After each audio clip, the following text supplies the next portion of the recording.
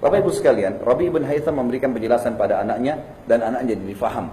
Lalu kemudian anaknya masuk. Kejadian ketiga di rumahnya, murid-muridnya bilang, wahai imam, kiai, nasihatin kami dalam masalah ibadah. Apa nasihat anda dalam masalah ibadah?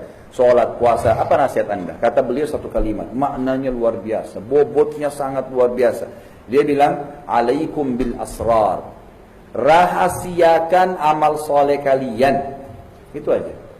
Udah sholat malam, diam, tidak usah diekspos.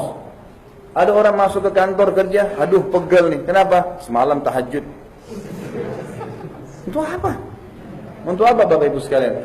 Kalau mau diceritakan kepada orang, ada saran saya begini. Kalau mau jalankan silakan. Siapa target anda untuk diceritakan besok sholat malam, datangin rumahnya jam 2 malam, ketuk, pasang sejadah, nih saya mau sholat, lihat ya. Nggak usah tunggu besok, repot-repot. Ngapain? Gitu kan.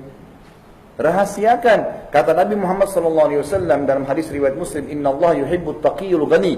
Allah cinta dengan seorang hamba yang taqi. Taqi itu patuh sama Allah. Yang diperintahkan kerjakan, dilarang tinggalkan. Yang halal nikmatin, yang haram tinggalkan. Itu orang yang bertakwa. Dan ghani, kaya, suka berinfak, wal khafi, dan suka menyembunyikan, merahasiakan amal saleh. Tolong perbaikin poin ini ya. Saya sering sebarkan di pengajian saya. Kalau mau umroh sama haji, nggak usah pakai alamat acara walimah safar. Tahu nggak apa itu walimah? Ada yang tahu artinya?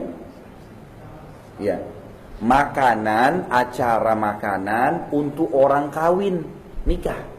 Itu walimah.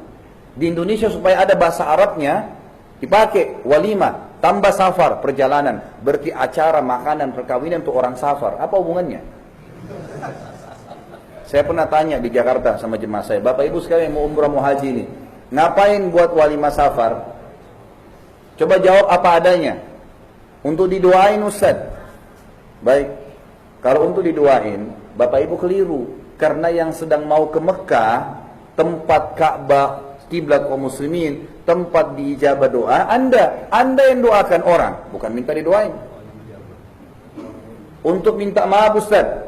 Alasan yang kedua, saya bilang dalam Islam Bapak Ibu sekalian, jangan pejamkan mata kita malam hari kecuali sudah minta maaf sama semua orang yang pernah kita buat salah. Karena kalau meninggal ketemunya hari kiamat, gak bisa lagi di sini. Jangan tunggu kalau mau haji atau umrah, gak ada hubungannya. Nabi Muhammad SAW, kiai dan guru kita tidak pernah kalau mau umrah haji, ayo saya mau minta maaf, kumpulin orang, gak pernah. Apa alasan lain? Alasan lain Ustaz, nitipin keluarga. Tidak ada urusannya. Apa hubungannya ditipin keluarga? Lalu saya bilang begini, Bapak Ibu sekalian, apa bedanya antara orang yang buat walimah safar karena mau umrah sama haji dengan orang yang mau tahajud nanti malam, buat undang orang makan siang, lalu dia bilang doainnya saya mau tahajud nanti malam. Kira-kira bedanya apa? Ada bedanya nggak? Nggak ada bedanya. Sama saja. Nih saya mau umroh ya, tahu semuanya. Bahaya ini bisa riya. Kalau perlu berangkat tidak ada yang tahu, itu lebih baik.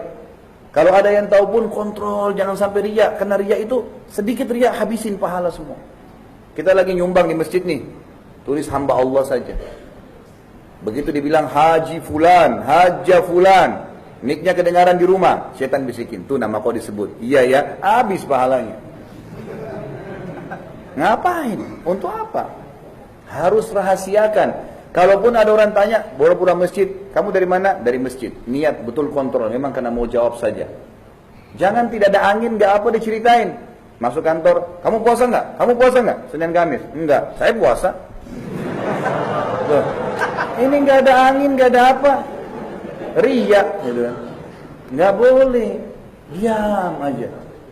Abdullah bin Mubarak, ada seorang tabi'in yang lain, kalau dia lagi puasa Senin Kamis, puasa sunnah, gitu kan? Bapak Ibu sekalian, kalau dia kebetulan ada tamu datang ke rumah, dihidangkan makan sama dia yang tidak puasa, lalu kemudian dia bilang, ayo silakan, untuk nunjukin kepada orang supaya tamunya mau makan, diambil sama dia, dimasukkan di mulutnya, terus seakan-akan dia ngunyah, ayo makan, lalu dia ke belakang rumahnya dibuang, tetap puasa. Ini enggak, baru sedikit godaan, haus nih, setan bisikin, minum aja nggak apa-apa kan puasa sunnah, batal lagi.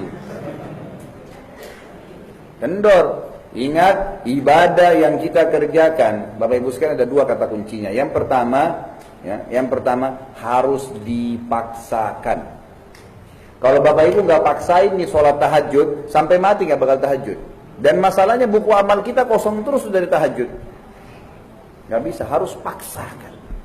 Paksa diri untuk melangkah ambil tuh Quran di masjid atau di rumah, jangan dirak, ambil baca 10 menit, 15 menit, baru bisa. Kalau enggak sampai hari kiamat tuh tidak berganti-ganti. Mungkin 7 turunan, cucu kita juga tidak baca. Paksain. Sampai kapan Bapak Ibu nggak mau puasa Senin Kamis? Saya tanya, sampai kapan? Karena sunnah, ingat, buku amal, ini poin kedua. Selain dipaksakan, di buku amal kita akan kosong dan tidak bisa diperbaiki. Begini contohnya, hari Senin Kamis nih, kita rasa panas. Semua orang juga yang puasa rasa panas. Tapi ingat, tidak ada orang mati karena puasa. Gitu kan? Itu hanya kecuali ajalnya datang. Dan maghrib nggak kemana-mana, pasti datang maghribnya. Ini enggak, seumur hidupnya Ramadan aja terus. Itu pun Allah luar biasa keluhannya. Panaslah beginilah, 1 bulan ya. Padahal pahalanya banyak, gitu kan. Kalau Bapak Ibu tidak Senin Kamis, enggak berdosa. Tapi ingat, buku amal kita hari Senin, tanggal 1 Mei misalnya, tidak puasa nih. Buku amal kita hari Senin itu mestinya ada catengan. Puasa Senin Kamis, kosong. Dan biar Bapak Ibu nangis darah, nggak bisa perbaiki sampai hari kiamat. Saya pernah terapkan subhanallah dalam hidup saya, kita berbagi ya. Saya pernah tangkap kisah Sa'id bin Musayyib, seorang ulama tabi'in masyhur. Beliau mengatakan tentang dirinya, dan ini tidak masuk riya kalau kita bisa ngontrol ya. Masuk dalam firman Allah, fa'amma binikmati rabbika fahaddits. Ada nikmat Allah yang boleh kita ceritakan dari ibadah asal bisa ngontrol, tidak riya, gitu kan. Dia mengatakan, saya menjaga sholat 5 waktu di masjid selama 40 tahun, tidak pernah ketinggalan takbiratul ihram pertama imam.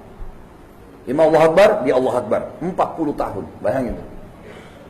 Subuh, duhur, asar, maghrib, isya. Di masjid terus. Luar biasa. Ada hadis Nabi apa? Siapa yang menjaga 40 hari takbiratul ihram pertama imam Allah Akbar, dia Allah Akbar. 40 hari, dijamin baginya hilang dari sifat kemunafikan. Tidak akan jadi munafik selamanya. Gak pernah bohong selamanya, gak pernah khianat amanah, gak pernah pungkiri janji. Selamanya, Allah janji itu. 40 hari tadi. Non-stop, ini orang 40 tahun. Saya coba terapkan dalam hidup saya. Subhanallah, satu waktu di Jakarta ada tamu saya datang. Waktu itu duhur itu sekitar jam 12 lewat 10. Dengan perubahan waktu, saya nggak ikutin perubahan waktu, tiba-tiba berubah jadi 12 kurang 10. Gitu kan?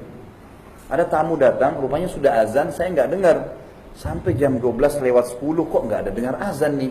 Jam 12 lewat 12 kok belum azan. Saya bilang sama tamu, ayo kita ke masjid yuk, kayaknya sudah masuk waktu nih. Saya ke sana, subhanallah, sudah sujud rakaat pertama. Saya bilang perubahan waktu kalau gitu, kita masuk.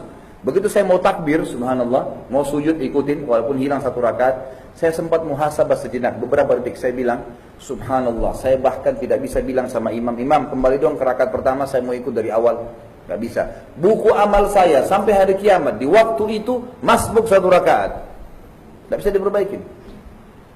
Dan ini nanti yang membedakan derajat kita di surga, Bapak Ibu sekalian. Jangan sia-siain amal baik itu. Kalau amal buruk, orang maksiat 50 tahun, taubat Allah bisa ampuni. Amal pahala nggak bisa, amal baik. Jangan sia-siakan.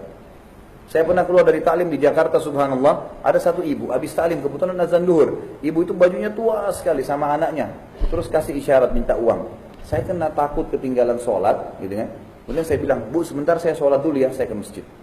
Selesai sholat sunnah, saya kembali, ibu itu sudah tidak ada. Saya cari-cari, nggak ada. Sampai saya naik mobil saya 3 kali saya putar di situ.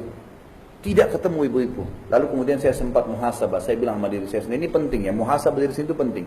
Saya mengatakan pada diri saya, subhanallah, ya Khalid, mestinya tadi kau keluarkan uang berapa detik sih? Korek kantong kasih. Tapi syaitan bisa masuk di situ. Nanti aja habis sholat. Orang perlu, dia sudah pergi. Dan orang ini mustahil bisa terulang, saya kasih lagi. Buktinya 3 kali saya putar, saya nggak ketemu.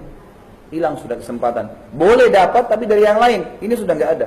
Allah datangkan kesempatan emas untuk beramal saleh. Ini penting.